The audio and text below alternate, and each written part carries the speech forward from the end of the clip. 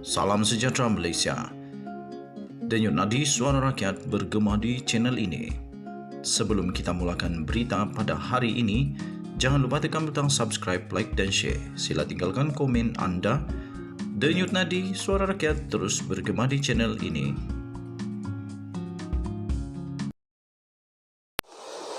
Salam sejahtera Malaysia, denyut nadi suara rakyat bergema di channel ini.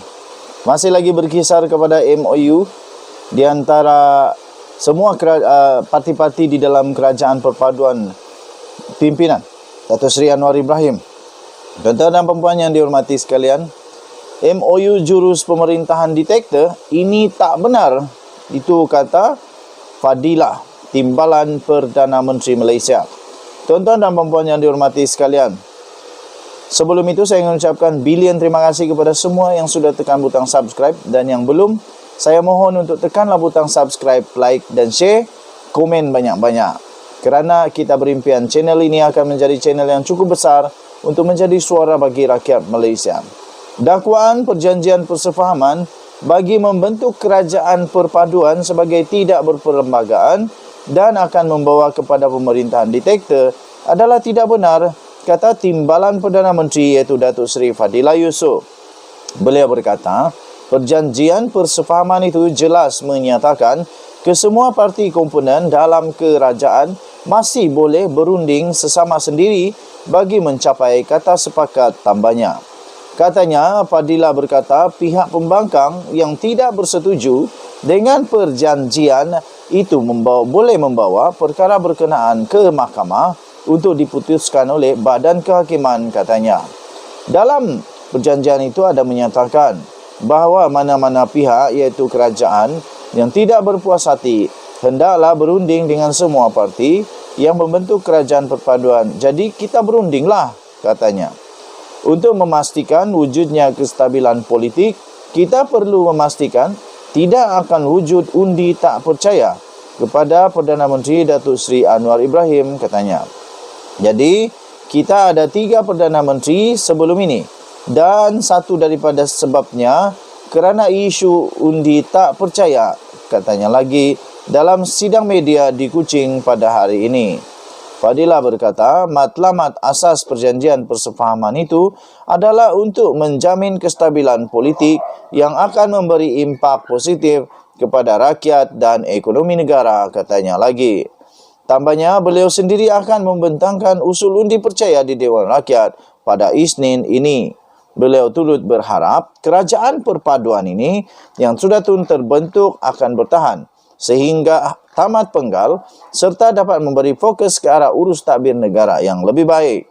Terdahulu, media melaporkan ahli Parlimen Masjid Tanah iaitu Datuk Mas Ermiyati Samsudin dengan kenyataannya melontarkan dakwaan sedemikian kerana menyebut perjanjian persefahaman berkenaan adalah haram, berbahaya dan tidak boleh dikuatkuasakan.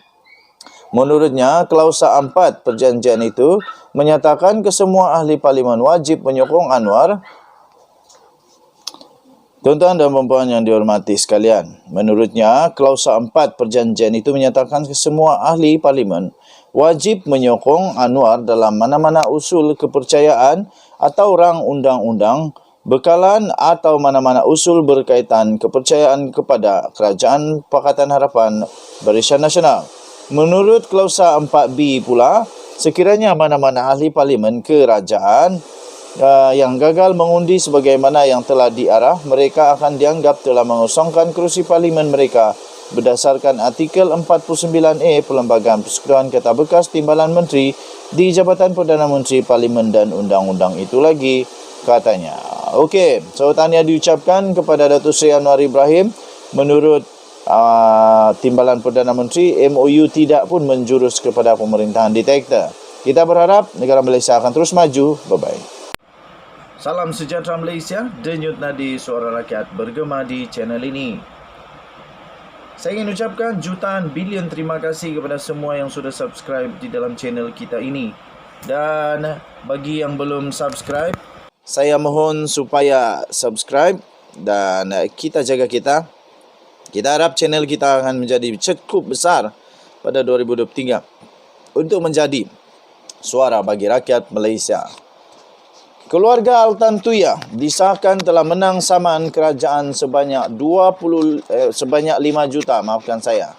Telah menang saman kerajaan 2 kerajaan 5 juta. Wow, ini satu perkara yang amat mengejutkan. Tapi tahniah diucapkan kepada keluarga Altantuya yang telah menang saman kerajaan 5 juta ringgit Malaysia. Mahkamah Tinggi di sini pada Jumaat yang lalu telah membenarkan saman yang difailkan oleh keluarga model Mongolia, iaitu Altantuya Saribu, berhubung kematian wanita itu pada 2006 yang lalu terhadap 4 defendant termasuklah kerajaan Malaysia. Hakim iaitu Datuk Wazir Alam Maidin Mera yang kini Hakim Mahkamah Rayuan di Putrajaya memutuskan demikian ketika prosiding dijalankan menerusi aplikasi Zoom. Ketika membaca keputusan penghakimannya, beliau berkata keputusan itu dibuat selepas mendapati keluarga model Mongolia selaku plaintiff pertama hingga ketiga berjaya membuktikan kes mereka terhadap defendant kedua dan ketiga. Berdasarkan fakta dan undang-undang, kerajaan selaku defendant keempat merupakan majikan kepada defendant pertama dan kedua, bertanggungjawab terhadap tindakan mereka yang mencabuli undang-undang, katanya. Tambahnya lagi, mereka telah menjalankan tugas sebagai pegawai polis. Telah menggunakan sumber yang disediakan oleh Polis Diraja Malaysia dan penghakiman dibuat atas liability terhadap keempat-empat defendant, katanya lagi. Menyentuh tentang ganti rugi yang dipohon oleh plaintiff iaitu sebanyak 100 juta ringgit Malaysia, beliau berkata jumlah itu adalah berlebihan dan tidak boleh ditakrifkan berdasarkan prinsip sahaja. Menurutnya, 5 juta adalah adil dan memadai untuk diberikan sebagai ganti rugi am, teruk dan teladan. Tambahnya, Hakim turut memerintahkan defendant membayar kos sebanyak RM25,000 dibayar kepada setiap plaintiff. Bapa mendiang iaitu Dr. Saribu Sete, ibunya Altas Seteg Sanja, serta 2 anak lelaki Altantuya iaitu Maguru Sagai Baraya Jagal Jal dan Altan Sagai Mungkatugalga memfailkan tuntutan saman pada 4 Jun 2007 yang mendakwa kematian model itu menyebabkan mereka mengalami trauma mental dan psikologi, melayakkan mereka dibayar pempasan serta mendapat ganti rugi teladan dan teruk. Mereka telah menamakan 2 bekas anggota unit tindakan khas UTK, Chief Inspector Azila Hadri dan Kopral Sirul Azal Umar, penganalisis politik Abdul Razak Baginda dan kerajaan masing-masing defendant pertama hingga keempat. Bagaimanapun, nama Altan Sagai Muntalugala kemudian dikeluarkan daripada senarai plaintiff apabila dia meninggal dunia pada 2017. Seramai 26 saksi plaintiff termasuk bapa serta anak kandung Altantuya memberi keterangan dalam perbicaraan itu yang bermula pada 2019 yang lalu.